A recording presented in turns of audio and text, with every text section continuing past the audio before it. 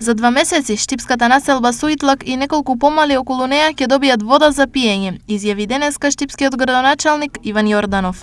Од денес започнаа градежните работи со подготвување на теренот за поставување на водоводните цевки, чија должина ќе биде 2,6 километри. Ова е суштинска потреба на оваа населба затоа што е долгогодишен проблем со водоснабдувањето на овој дел од градот и се решава еден децениски проблем на жителите на оваа населба.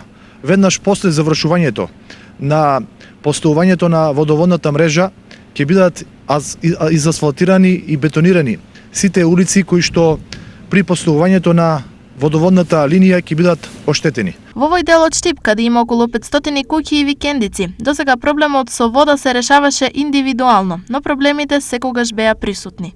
Добро е за да имаме вода. Ние сме тука скоро речи 60 години. И кусур свекор што јас сум тука 40 години, кога живееме тука, вода немаме. За мераке. После колку време? После 20 години.